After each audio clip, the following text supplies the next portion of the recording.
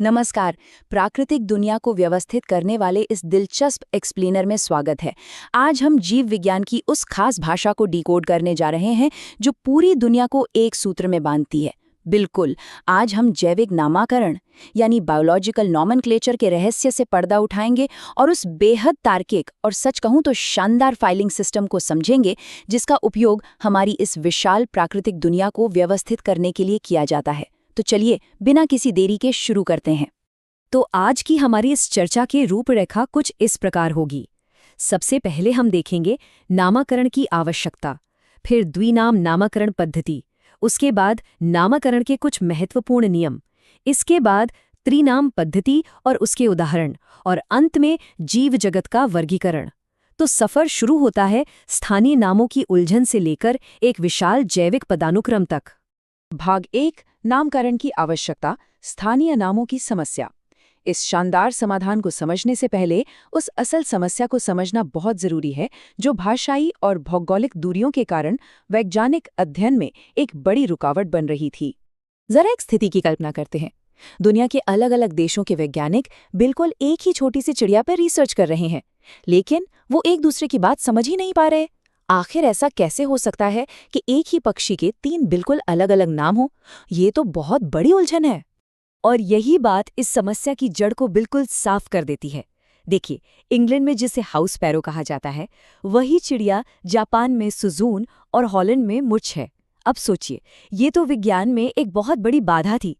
इसीलिए ग्लोबल स्तर पर अध्ययन और पहचान के लिए जीव विज्ञान में एक यूनिवर्सल ट्रांसलेटर यानी एक सार्वभौमिक मानक की सख्त आवश्यकता थी, एक ऐसी भाषा जिसे सब समझ सकें।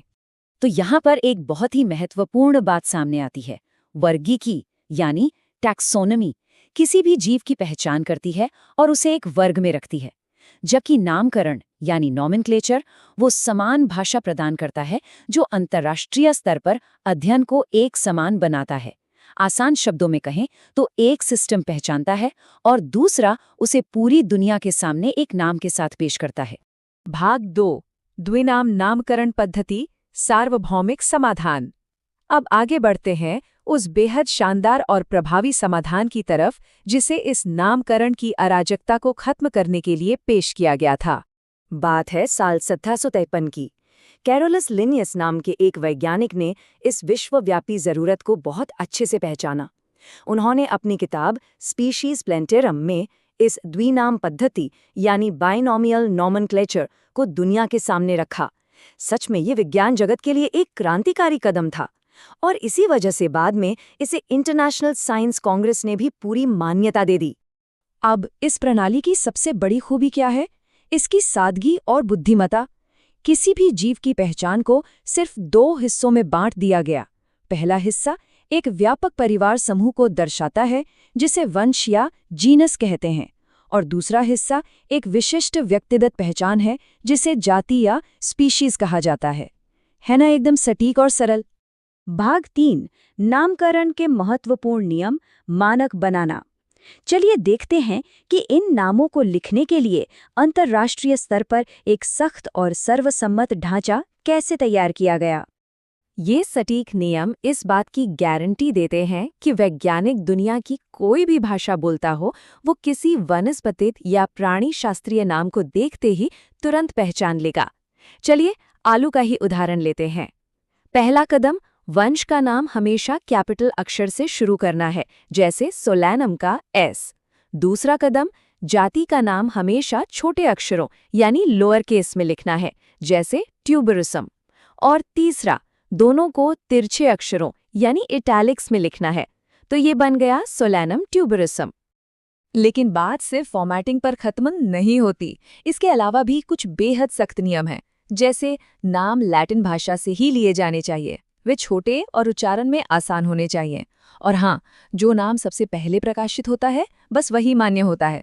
इसके अलावा नाम के अंत में लेखक का नाम भी आता है, जैसे होमो सैपियंस के बाद लिनियस।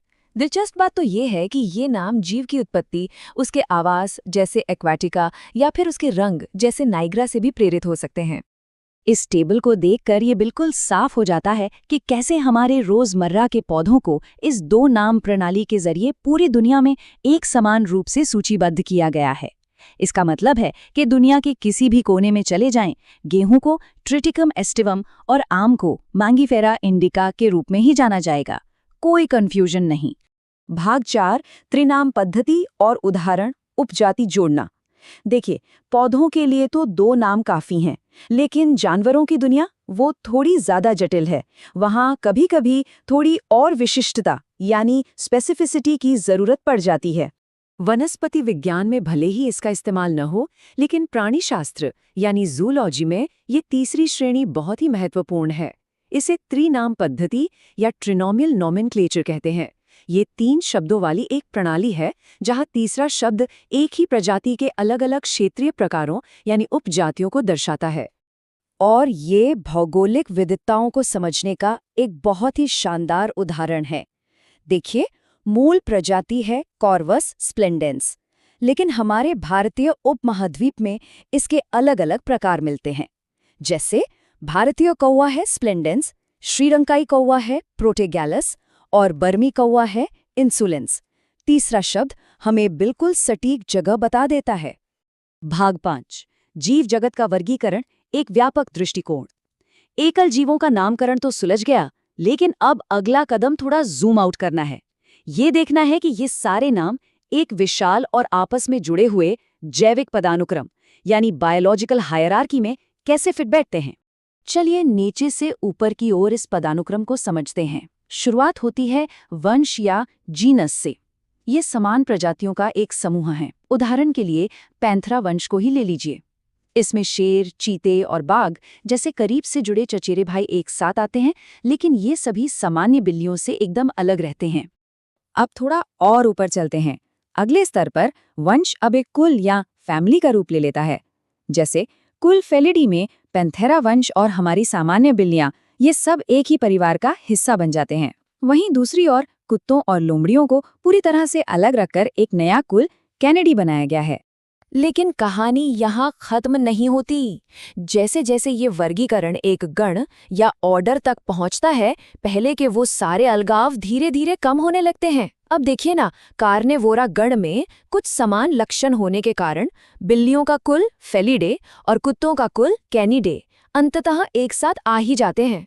और यहाँ तो ये देखना और भी ज्यादा दिलचस्प है कि कैसे कार्निवोरा गण आगे चलकर इंसानों और बंदरों के प्राइमेट्स गण के साथ हाथ मिला लेता है, और ये सब मिलकर एक बहुत बड़ा वर्ग या क्लास बनाते हैं, जिसे हम मेमेलिया यानी स्तनधारी वर्ग कहते हैं। आगे चलकर इन्हें भी इस आधार पर उपवर्गों में बांटा गया है कि वे बच्चों को जन्म कैसे देते हैं। क्या वे अंडे देते हैं, अल्पविकसित बच्चे देते हैं या फिर पूर्ण विकसित बच्चे देते हैं। अब हम इस वर्गीकरण के बिल्कुल शिखर पर पहुंच चुके हैं, यानी संघ या फाइलम के स्तर पर। ये वो स्तर है जो कई वर्गों को एक साथ जोड़ देता है। उदाहरण के लिए संघ कॉर्डेटा में स्तनधारी, पक्षी, उभयचर और सरीसृप ये सभी एकजुट हो जाते हैं, और ये अद्भुत एकता उनके साझा मूलभूत संरचनाओं पर आधारित है, जैसे कि तंत्र का रज्जु यानी नर्व कॉर्ड का होना। ये सब आपस में जुड़े हुए हैं। यहाँ पर वनस्पति विज्ञान के लिए शब्दावली में एक छोटा सा लेकिन बहुत ही जरूरी बदलाव ध्यान देने योग्य है। पौधों के साम्राज्य में वैज्ञानिक फाइलम शब्द का इस्तेमाल नहीं करते, बल्कि उसकी जगह डिवीजन यानी प्रभाग शब्द का उपयोग करते हैं। तो इस पूरे एक्सप्लेनर को समेटते हुए एक बड़ा सवाल दिमाग में आता है। जरा सोचिए, अगर एक ही नामकरण प्रणाली एक साधारण से आलू को एक खतरनाक पैंथर से इतने तार्किक रूप से जोड़ सकती है, तो ये हमारी पृथ्वी पर मौजूद सभी जीवों की साझा उत्पत्ति के बारे में कितना कुछ बता जाती है। ये अद्भुत जुड़ाव ही विज्ञान की इस खूबसूरत भाषा की असली ताकत है। इस विचार को अपने जहन में रखिए और दुनिया को जानने की ये जिज्ञासा हमेशा बनाए रखिए। नमस्कार, इस रोचक चर्चा में आपका स्वागत है। आज हम बायोलॉजी के एक ऐसे उलझे हुए पहलू पर बात करेंगे जो टैक्सोनॉमी और लाइफ की कैटेगरीज को लेकर हमारी आम समझ को पूरी तरह से चुनौती देता है। आमतौर पर हम यही मानते हैं कि कुदरत में हर जीव की एक तय श्रेणी या बॉक्स होता है, लेकिन सच्चाई ये है कि जैविक वर्गीकरण का यह नियम एक बहुत ही पेचीदा पहेली है। तो चलिए सीधे इस मुद्दे पर आते हैं।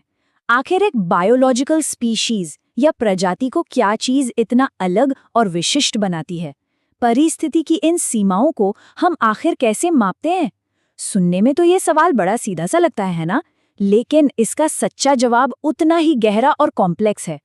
इस उलझन को थोड़ा और करीब से समझने के लिए आइए कुदरत के कुछ ऐसे अनोखे नमूनों को देखते हैं जो इन सारे बेसिक रूल्स को तोड़ देते हैं, जैसे मुल या खच्चर जो नर गधे और मादा घोड़े का मिश्रण है, या फिर जेब्रोइड गधे और जेब्रा का क्रॉस। और इनके बारे में क्या ख्याल है? टाइग्लियन और लाइगर, ये सभी ऐसे हैरान कर देने वाले जीव हैं जो स्टैंडर्ड बायोलॉजिकल परिभाषाओं के बिल्कुल खिलाफ खड़े होते हैं। ये सच में बेहद हैरान करने वाली बात है कि ये जानवर असल जिंदगी में सांस लेते हैं, चलते फिरते हैं, लेकिन अगर हम बेसिक टेक्स्ट बुक्स की सुने तो टेक्निकली इनका वजूद होना ही नहीं चाहिए था। इन असाधारण हाइब्रिड्स ने हमारी प्रकृति को समझने की इन परिभाषाओं में एक बहुत बड़ा प्लॉट होल बना दिया है। अब इस समस्या को सुलझाने के लिए थोड़ा पीछे चलते हैं। 1942 में प्रसिद्ध वैज्ञानिक मायर ने एक बड़ी सॉलिड परिभाषा दी थी। आपस में संकरण या प्रजनन करने वाले जीवों की आबादी को स्पीशीज कहते हैं। इस स्टेटमेंट को एक ऑथोरिटेटिव बेंचमार्क मान लिया गया, जिसके आधार पर पूरा क्लासिफिकेशन का ढांचा खड़ा किया गया। लेकिन रुकिए, कहानी में ट्विस्ट यही है कि मायर के इस नियम में कुछ बड़ी खामियां हैं, जैसे कि हमने अभी उन हाइब्रिड्स के केस में देखा जो प्रजनन की सीमा को ही लांघ जाते हैं। और सिर्फ इतना ही नहीं, एक ही स्पीशीज के अंदर पाई जाने वाली पॉलीमॉर्फिज्म यानी बहुरूपता भी इस रूल को चुनौती देती है। मधुमक्खियों और चींटियों को ही देख लीजिए, एक ही जाति के अंदर नर, रानी और श्रमिक होते हैं। बाहर से देखने पर ये इतने अलग लगते हैं कि यकीन ही नहीं होता कि ये सब एक ही स्पीशीज का हिस्सा है। तो यहाँ सबसे बड़ा सवाल उठता है कि स्पीशीज यानी जाति और सब स्पीशीज यानी उपजाति के बीच आखिर अंतर क्या है? देखिए, अलग अलग स्पीशीज के आकार और बनावट में बहुत बड़ा फर्क होता है, और सबसे जरूरी बात, ये आपस में प्रजनन नहीं कर सकते। वहीं दूसरी तरफ सब स्पीशीज के रूप रंग में अंतर काफी कम होता है, और एक ही स्पीशीज की इन अलग अलग सब स्पीशीज के बीच आपस में प्रजनन बिल्कुल आराम से हो सकता है। इस कॉन्सेप्ट को बिल्कुल क्लियर करने के लिए कौवों यानी क्रोज का उदाहरण एकदम परफेक्ट है। अलग अलग वातावरण में रहने की वजह से एक ही स्पीशीज में कुछ बदलाव आने लगते हैं, जिन्हें हम सब स्पीशीज कहते हैं। चाहे वो भारतीय कौवा हो या बर्मी कौवा या फिर लंकाई कौवा, ये तीनों इस बात का बेहतरीन प्रमाण है कि पर्यावरण अलग होने पर कैसे एक ही मूल स्पीशीज के अंदर विभिन्न सब स्पीशीज बन सकती हैं।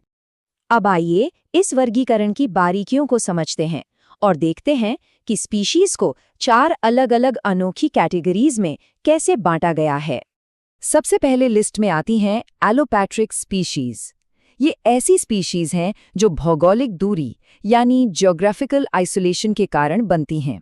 जब दो आबादियों के बीच पहाड़, नदियां या समुद्र जैसी भौतिक रुकावटें आ जाती हैं, तो उनके बीच प्राकृतिक रूप से प्रजनन बिल्कुल असंभव हो जाता है। एक तरह से दूरी उन्हें हमेशा के लिए अलग कर देती है। दूसरी कैटेगरी है सिम्पैट्रिक स्पीशीज की। ये थोड़ा अजीब है क्योंकि ये स्पीशीज एक ही जगह पर रहती हैं, लेकिन इनके बीच कुछ अलग अलग इकोलॉजिकल आदतों की वजह से एक दूरी बन जाती है।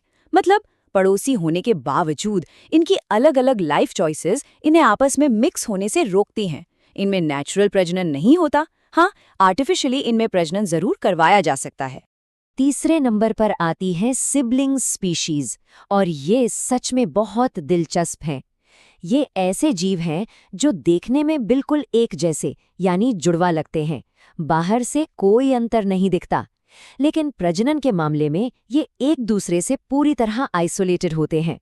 यहाँ दिखावा बिल्कुल धोखा दे जाता है, लेकिन इनकी आनुवंशिक सीमाएं एकदम कड़ी और अटूट रहती हैं। और चौथी किस्म है पॉलीटाइपिक स्पीशीज। ये बाकी सबसे बिल्कुल उलट काम करती हैं। ये ज्योग्राफिकल रूप से अलग जरूर रहती हैं, लेकिन इनमें आपस में प्रजनन करने की क्षमता अभी भी बची होती है। इसका पूरा मतलब ये है कि अगर इनके बीच की रुकावटों को हटाकर इन्हें एक साथ लाया जाए तो ये वापस आपस में मिल जाएंगी और इनकी अपनी अलग पहचान पूरी तरह खत्म हो जाएगी।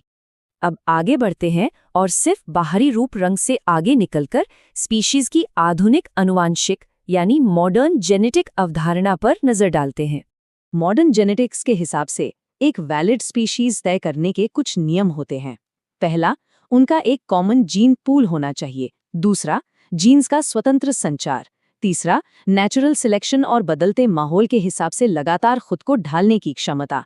और आखिरी और सबसे खास बात, इनमें नए रूप में विकसित होने की क्षमता होनी चाहिए। ये सभी चीजें मिलकर ही एक सच्ची स्पीशीज का निर्माण करती हैं। यहाँ एक बात बिल्कुल क्लियर समझ लेने वाली है। नई स्पीशीज के बनने की कहानी तभी शुरू होती है जब एक आबादी में रिप्रोडक्टिव आइसोलेशन यानी प्रजनन का रुक जाना पैदा होता है। म्यूटेशंस और नेचुरल सिलेक्शन की वजह से जब इनका जीन फ्लो अटक जाता है तो यही परमानेंट रुकावट एक बिल्कुल नई स्पीशीज के उभरने की सबसे बड़ी चिंगारी साबित होती है। चलिए अब आते हैं अपने आखिरी हिस्से पर, जहां हम देखेंगे कि सैकड़ों सालों से वैज्ञानिक इस पूरी जेनेटिक्स और लाइफ को कैसे ऑर्गेनाइज करते आ रहे हैं। और ये प्रोसेस शानदार तरीके से दर्शाता है कि साइंस कैसे स्टेप बाय स्टेप काम करती है। इसके 3 मुख्य चरण हैं। स्टेप 1, पहचान, जहां जीव के गुणों को बारीकी से समझा और तुलना किया जाता है। स्टेप 2, नामकरण, जिसमें जीव को एक यूनिवर्सल नाम दिया जाता है ताकि पूरी दुनिया उसे एक ही नाम से पहचाने। और स्टेप 3, वर्गीकरण, जहां पहचान और नामकरण के बाद उसे एक निश्चित कैटेगरी में सेट कर दिया जाता है। लेकिन याद रखिए, ये टैक्सोनॉमी हवा में नहीं बनती। इसकी जड़ें सीधे तौर पर फाइलॉजनी से जुड़ी हैं, जिसका मतलब है किसी भी जीव का विकासात्मक इतिहास। किसी ऑर्गेनिज्म को श्रेणी में रखते वक्त उसके शानदार आनुवांशिक और इवोल्यूशनरी पास्ट का पूरा ध्यान रखा जाता है। यही अतीत ही मॉडर्न टैक्सोनॉमी के लिए एक फाउंडेशनल गाइड का काम करता है। और जब हम इस पूरी व्यवस्था को एक प्रॉपर हायरार्की में लगाते हैं तो हमारे पास 7 मुख्य लेवल्स निकल कर आते हैं। हम सबसे बड़ी कैटेगरी जगत यानी किंगडम से शुरुआत करते हैं। फिर आता है फाइलम, उसके बाद क्लास, फिर ऑर्डर, उसके बाद फैमिली, फिर जीनस और अंत में इस पूरे पिरामिड की सबसे छोटी और स्पेसिफिक इकाई आती है स्पीशीज। इस तरह हम ब्रॉड से स्पेसिफिक की तरफ आते हैं। इस पूरे कंसेप्ट को आसानी से याद रखने के लिए चलिए शेर और बाघ का सबसे मशहूर उदाहरण लेते हैं। पैंथेरा एक जीनस है। अब इस एक ही जीनस के अंदर 2 अलग अलग स्पीशीज पाई जाती हैं, पैंथेरा लियो यानी शेर और पैंथेरा टिग्रिस यानी बाघ। दोनों एक ही जीनस फैमिली से बिलोंग करने के बावजूद बिल्कुल अलग स्पीशीज हैं, क्योंकि कुदरत में इनके बीच स्वतंत्र रूप से प्रजनन नहीं होता। तो इस रोचक चर्चा के बाद एक बहुत ही गहरा सवाल सामने आता है। अगर म्यूटेशंस और नेचुरल सिलेक्शन लगातार इन जीन पूल्स को बदलते रहते हैं, नए रूप देते रहते हैं, तो क्या कोई स्पीशीज कभी सच में कंप्लीटली फाइनल या स्थायी होती है? या फिर क्या ये शब्द इस अनंत और निरंतर चलने वाले विकास के महासागर में बस एक छोटी सी अस्थायी तस्वीर भर है? सोचिए इस बारे में। ये एक ऐसा सवाल है जो हमारी पूरी दुनिया को देखने का नजरिया बदल सकता है। इस विश्लेषण में शामिल होने के लिए बहुत बहुत धन्यवाद।